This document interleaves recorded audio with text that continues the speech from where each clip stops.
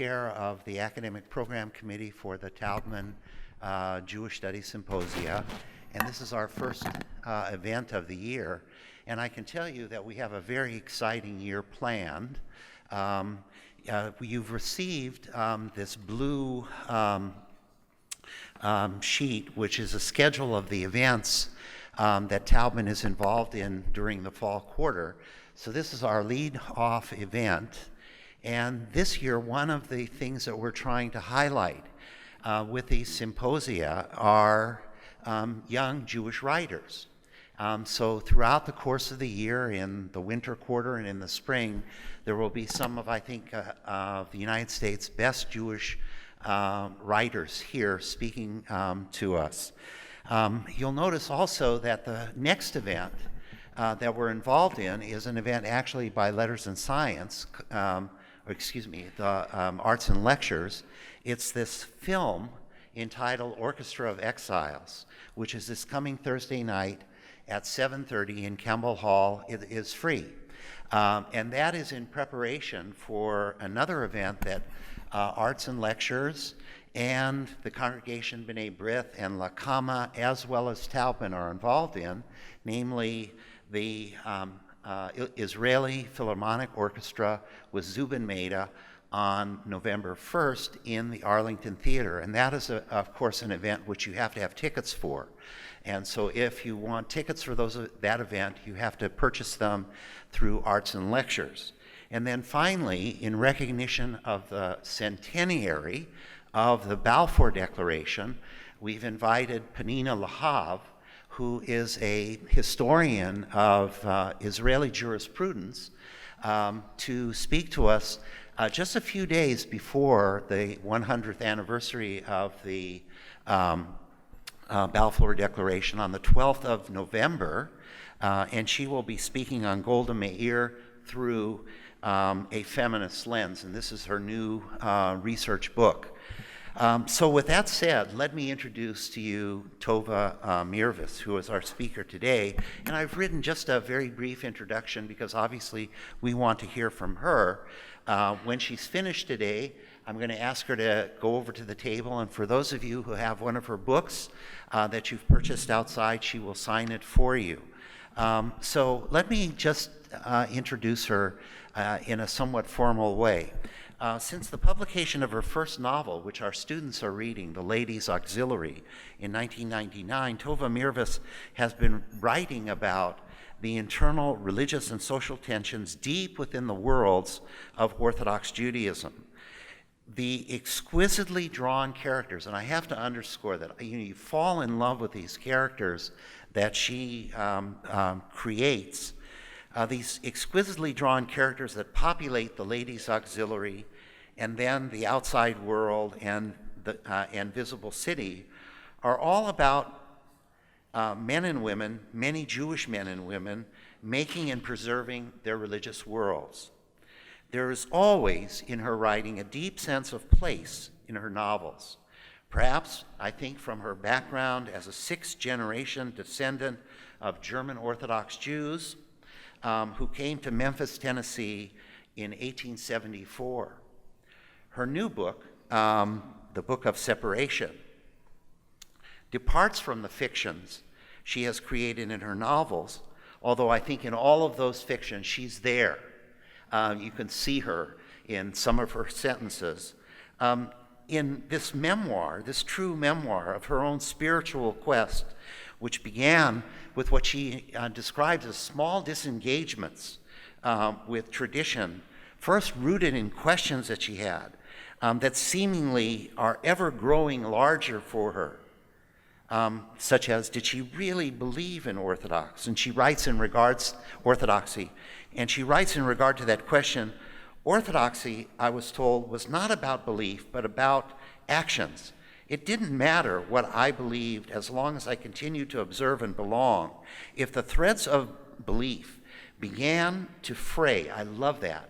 If the threads of belief began to fray, community was the net that kept you from falling. God was the prerequisite, presumably, for religion, but sometimes he seemed like an embarrassing parent of whom it was better not to speak too often, end quote. This book, and we have study guides that I'm going to put here. If you want a study guide for her new book from her publisher, they're available here. But I would tell you this is one of the most courageous books of religious autobiography that I have read in years and years. This is a special book. So please welcome Tova Mirvis.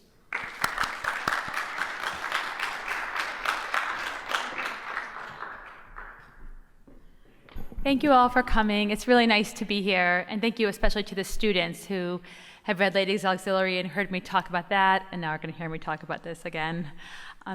The Book of Separation really began for me with an essay I wrote about 4 years ago. It was right before my third novel, Visible City, came out, and my publisher asked me if I had any essays they could try to, publish somewhere to publicize the new book. And I really think of myself primarily as a fiction writer, but I had been working on a personal essay, and the essay was about my Orthodox Jewish divorce ceremony, a very scripted, very regulated religious ceremony that ends a marriage in the Jewish world. And I was working on this piece about how, in going through this ceremony, I came to realize that I was leaving not just a marriage, but the religious world that I had always been part of and that had shaped me. And it felt like one of those essays that felt so personal. It felt like taking my most private, painful story and putting it on the page. And as I wrote it, I thought probably I wouldn't show it to anyone. It was going to be one of those things that I kept for myself. But I kept working on it and kept playing around with it and finished it. And I decided that maybe I would see how I felt about publishing it. And my editor at the time asked me, where I wanted to submit it, and we decided to send it to the New York Times, mostly thinking, well, what are the odds that the New York Times would publish this? It felt like a safe bet to send it there. And so about an hour after emailing off this essay, I got a response from the editor saying that they loved it and wanted to publish it. And my first instinct was to write back and say, I'm just kidding, I can't really do this. And I didn't do that, but I had that unsettled feeling of what did it mean to put this story out into the public sphere. And I didn't know when the essay was going to run. And then, unrelated to the writing, I had these plans to be in Costa Rica. I was going to do this 14-mile hike into this very remote part of a rainforest in southern Costa Rica, and was very excited about the idea of being away from my computer and my phone. I wanted to be as off the grid as possible.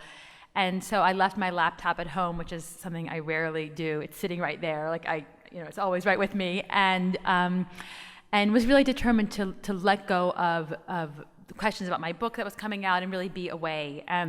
But there was this one spot in this eco lodge we were staying where you could get cell phone reception. And so after a few days, I figured I would just check my email just to kind of check in on the world and make sure everything was okay. And I had an email from the editor of the Times saying that they wanted to run the essay tomorrow. Was that okay with me? And could I edit it really quickly and send it back to them?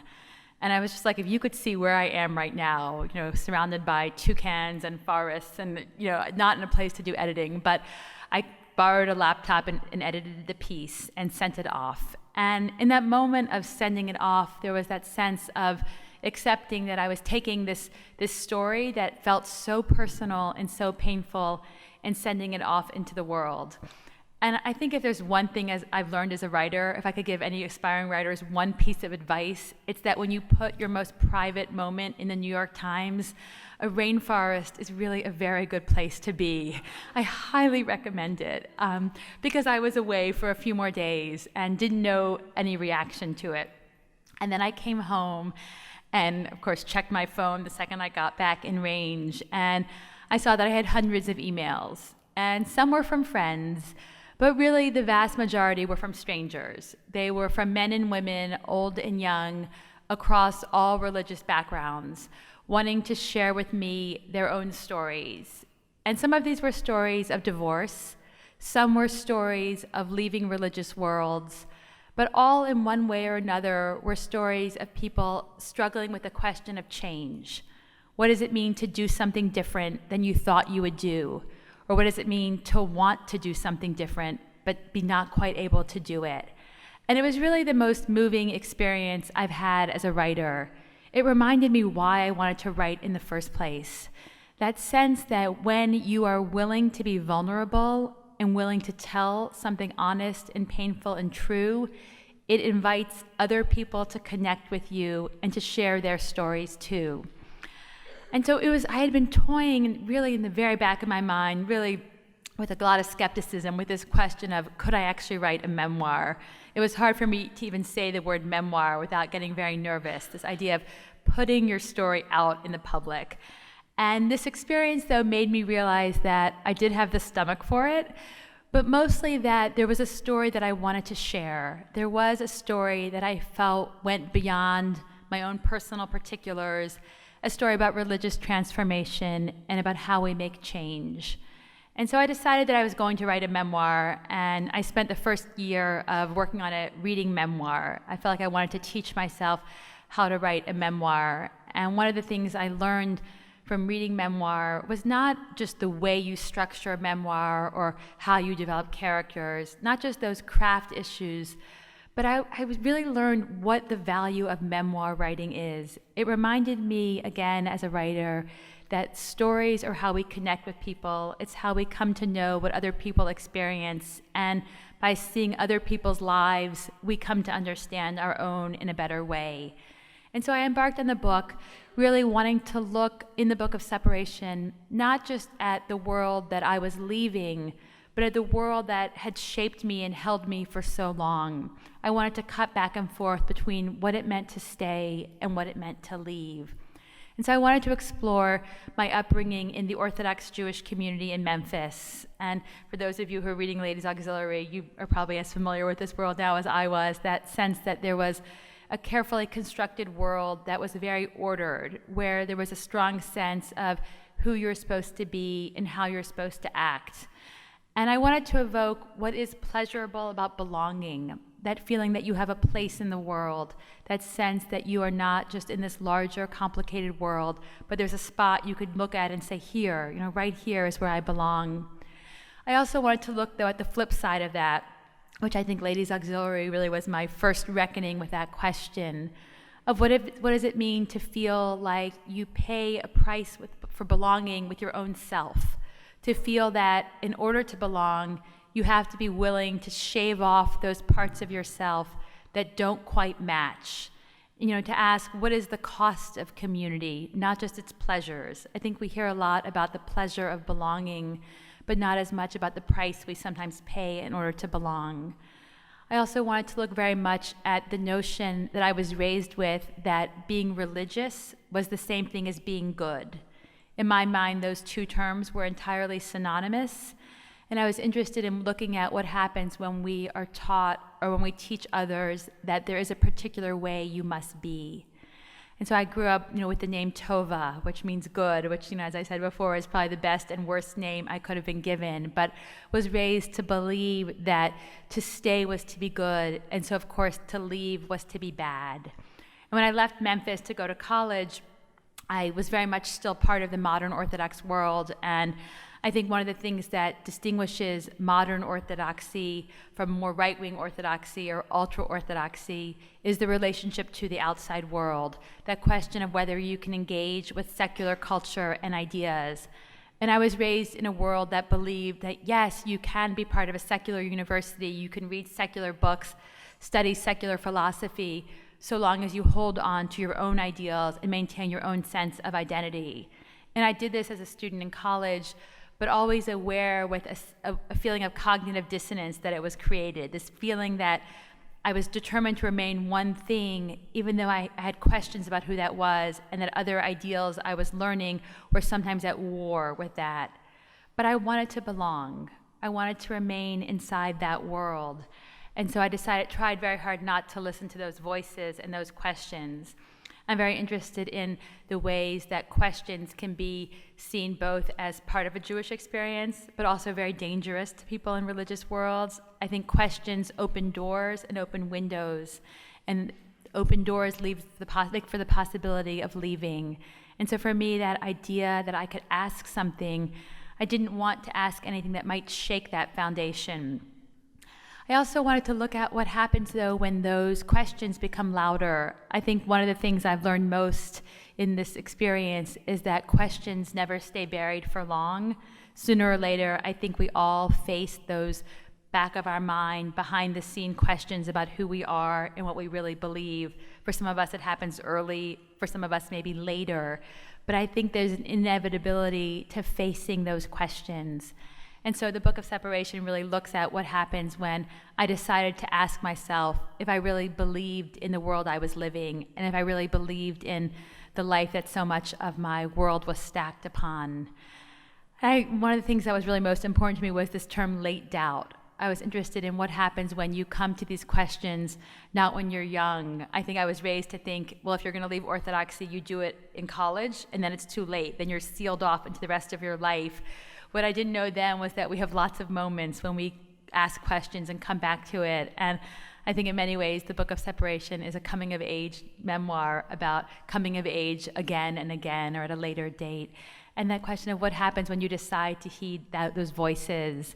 And in so many ways, I think the Book of Separation is really a memoir about change.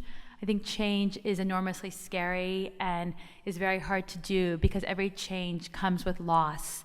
But I wanted to explore in the memoir the question of what happens when you decide that it becomes inevitable or necessary to make such a change, that changing is worth forging reaching what lays on the other side of it. And for all that I started the book thinking that memoir was so different from fiction and that memoir felt so much scarier, one of the things I ultimately decided was that it shared a lot more in common with the process of writing fiction than I had realized. For me as a fiction writer, what really moves me always is that question of what does it feel like to be someone else? What does it feel like to go inside someone else's experience and look not just at the things we're supposed to think or the ways we're supposed to believe, but all those private, messy, inner complications that we all have. And for me, fiction is so much about that, but memoir was as well. In fiction, there's a game of hide and seek where it is you on the page and it's not. There's always this sense that you use yourself and then transform it and reinvent it. In memoir, the question really is not one of invention. It's not trying to recreate a world or to invent a new world, but really to ask not just what happened, but what really happened. What is this story really about? In fiction, the hard part is coming up with the characters and the plot. In each of my books, there were so many points where I just felt like, I don't know who you are. I don't know what happens to you. In memoir, there was not that feeling. I knew the characters all too well, and I certainly knew the plot. But I didn't know the why. What lays underneath it? What are the reasons for things? Why do we all do the things we do? And I felt like ultimately the question in writing this memoir was to look not just at my own particular experiences, but to find the universal questions that I think are so much part of each of our experiences. And for me, in this book, I felt like the universal questions are, how do we become ourselves? How do we let go of a sense of a mapped world, a sense of this is who you have to be and what you're supposed to be? How do we let go of those voices and begin to listen to our own? How do we make change? How do you let go, even when it sometimes feels like jumping off something and landing where you're unsure of? And for me, the book as well is about not just how we leave things, but how we stay connected to parts of that past. A lot of books chart the path away, but I was also interested in charting a path that remains. I wanted to look at how we hold on to relationships with people who believe differently than we do, and to ask the question of how we forge those connections, even when there are gaps in religion or ideology. And ultimately, I felt like what the book came down to for me was that question of how do we live inside the subjective experience of religion. A lot of religious rules will say this is who you're supposed to be and what you're supposed to do.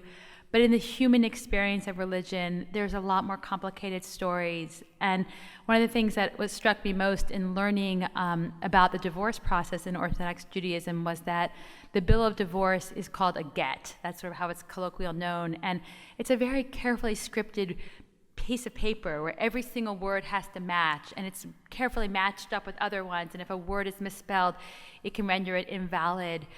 But the Hebrew term, the biblical term for this divorce document is Sefer Kritut, which translates as a book of rending or a book of tearing or a book of separation.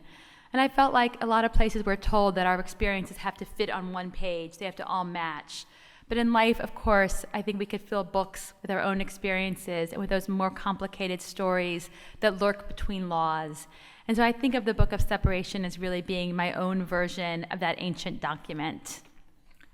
So I'm going to read to you a little bit from the Book of Separation, and I'm going to read to you not from the prologue, but from the first chapter. And the book follows the first year of my leaving this Orthodox Jewish world and really asking this question of, once you're off the map, what does life now look like?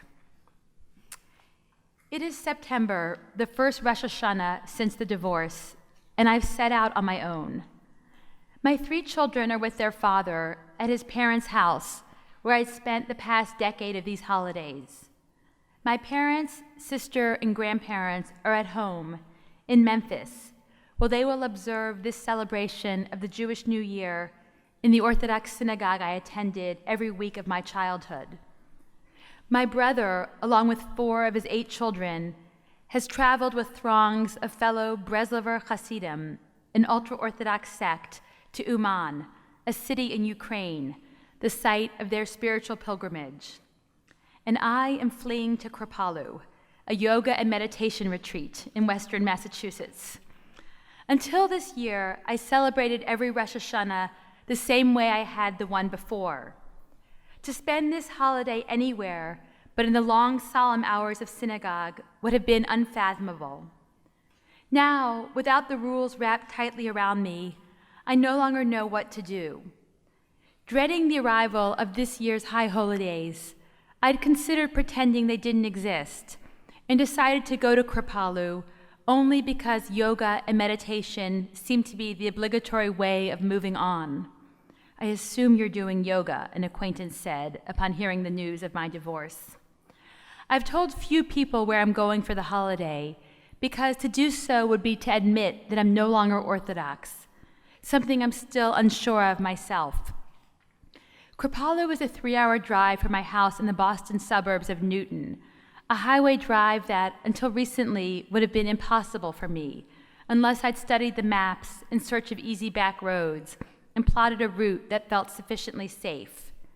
For almost a decade of living in the Boston area, I've been gripped by a fear of driving, steadfastly avoiding rotaries, bridges, and tunnels, terrified of getting lost, most of all terrified of the highway. I had nightmares of making a wrong turn onto a wrong street that would lead me to an entry ramp that would take me onto a highway from which I'd never find my way back. Yet I'm now on the Mass Pike. Cars are passing me, too many and too fast. And still shocked that I'm driving on the highway, I clutch the steering wheel, worried about getting into an accident. The biggest fear, though, is not of any injury I might sustain, but of the fact that then people will know I'd planned to spend Rosh Hashanah at some suspect retreat center instead of praying in synagogue for a year of blessing, a year of goodness. At the start of all other years, I knew exactly what sort of goodness I was supposed to be praying for. But on this new year, there's no ready prayer, even if I could bring myself to utter one. I'll stop there. Thank you.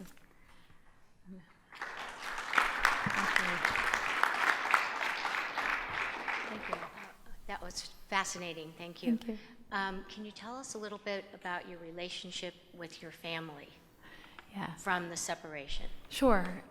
I think that was, when I was sort of on the brink of leaving this world and of leaving a marriage, I worried most about the impact on those around me. And I knew that to belong to each family has its rules, right, of who we're supposed to be and how we fit into it. And when you change, you affect everyone, and people's conceptions of you change as well. And I was, of course, most worried about my children and my parents.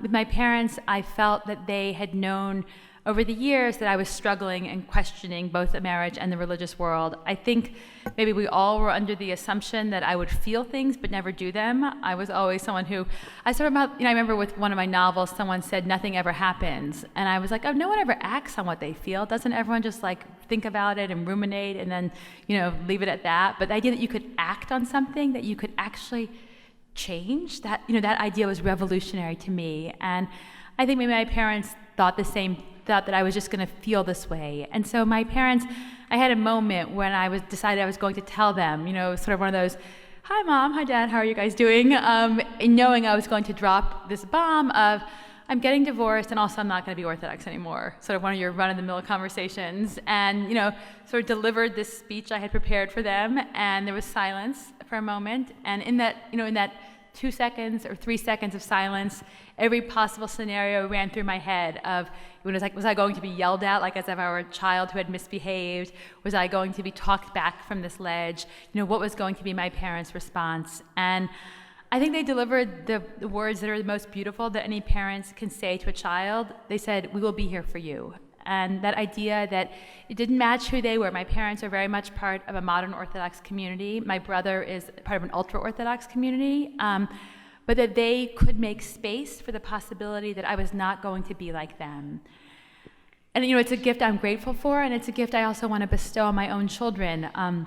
It's complicated, of course, to raise children one way and then to switch gears. And certainly my children's father remains part of an Orthodox community in Brookline and in the Boston area, so it's doubly complicated. And I think with my children, what I most want to teach them is that there are many ways to be. I feel like I was raised with the idea that there is one way to be, and I hope that my children will learn that there are many ways of expressing a religious identity, of feeling a Jewish identity, of living in the world, and that the love I feel for you is not predicated on you choosing one of these particular ways, but to help them become themselves. And so I think, I think that it's always complicated. I think relationships, of course, in any scenario are complicated, and when you add change into the mix, you change it around. But one of the things that I really wanted to map through the book was the question of what comes first. Does parental love come first, or does religious ideology come first? And for me, the answer is always family love. Okay, we have someone who will help me with the microphone, and she's a graduating senior, and you've taken 5 courses with me. So she knows how to do this.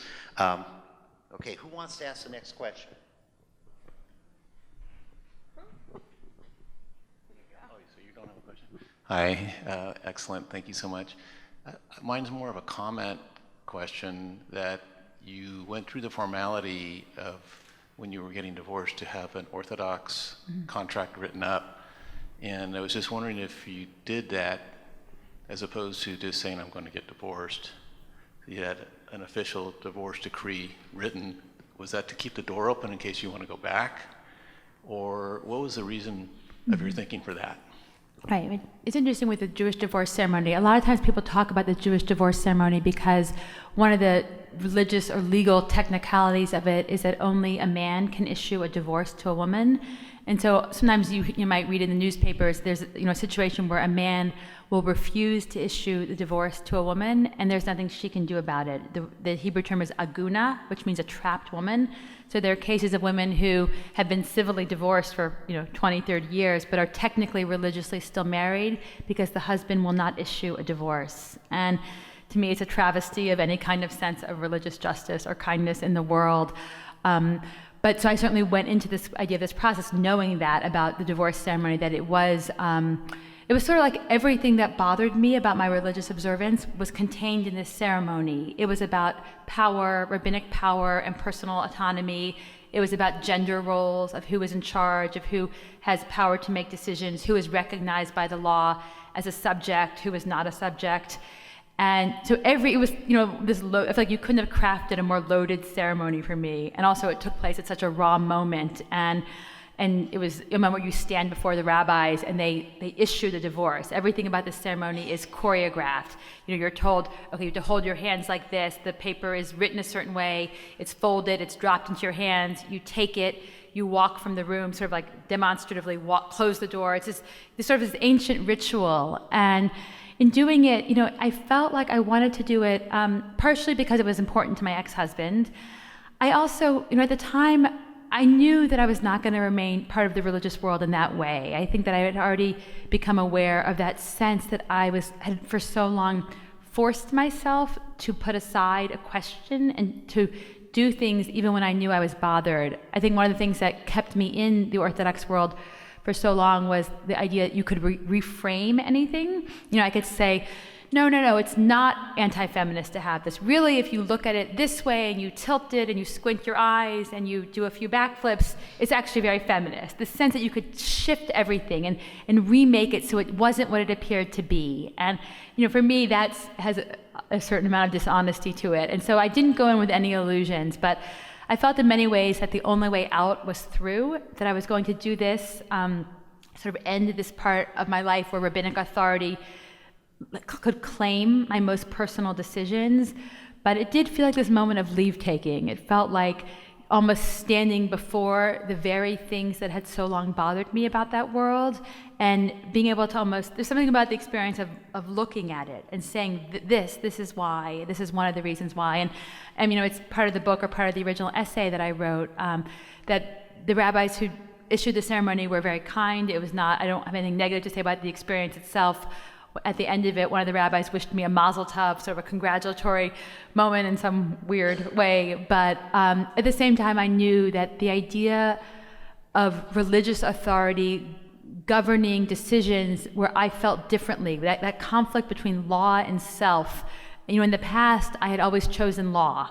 I, for many years, covered my hair, as was sort of customary of many Orthodox women. Even though I hated every minute of doing it, I was following an Orthodox mandate that a married woman's hair was considered immodest or off limits in some ways, and so I covered my hair even though I chafed at it tremendously, but I chose to adhere to a law rather than to my own self. And I guess maybe the biggest departure or the biggest change I would map, that really I think that moment embodied was a decision that I wasn't going to make that same decision, that for me now, my own internal sense of truth and morality, rightness or wrongness, or would have more of a voice than what I felt like I was supposed to be doing. Yeah. I know you talked a lot about leaving places and that being a big struggle for you, but I was wondering which one was hardest for you, to leave your marriage or your religion? Right. It's interesting. They came together. They were, someone once said to me, my sister, who is a therapist, once, heard me complain how nothing can change. And she said, people who don't make small changes sometimes end up making big changes. I feel like I'm the perfect example of that being true. It's ironic. I think that leaving Orthodoxy was the harder one. Leaving a marriage comes with its own sadnesses and particular pains. And one of the things I've said in the book, and I would say again and again, is you can leave a marriage, but you could never leave a divorce. You're always sort of, especially when you have children, you're always sort of connected in some ways. But that was a story that sort of, I could wrap my mind around it. It was that I had made a decision when I was 22 to get married too quickly before I knew myself, let alone even know someone else. And this was the result of that decision being made too quickly. With religion, it shook me to the core in a larger way, because it was that sense of not just who I was as a wife, but who I was as a person. Being Orthodox was so much part of my identity, even to the point where recently my sister referred to me as not being Sabbath observant, and I sort of bristled. I was like, "What do you mean?" I was like, "Oh yeah, you're right, I forgot." But that sense of how could that be? How is this even possible? And so I think that religion was so embedded in me, and not just religious teachings, but the idea of strict religious observance, that if you do, even Orthodox Judaism is based so much on minute actions where, the transgressions are small. The idea that for me, the first real departure moment was on the Sabbath, sneaking upstairs to the bathroom and, taking out my iPhone and checking my email, hardly an earth-shattering thing to most people. But for me, that transgression loomed enormously large. And I think in the Orthodox world, where so much is built on these small rules, even the smallest transgression can feel enormous, and it can destabilize your sense of who you are. I have a question. Did you feel like any part of the book, the word just came out on the page and it was easy for you to write, and then there were parts where you were stuck on where you couldn't really get your words across? Yeah, it's funny with the writing process. With fiction, I'm a slow writer. My third novel somehow took me 10 years, which even now when I try to understand that, feels sort of astonishing. I think the book is like 260 pages, and my daughter looked at it and she's like, 10 years, 26 pages a year? She's like not impressed by that slow pace. And of course, most of it's revision and over again.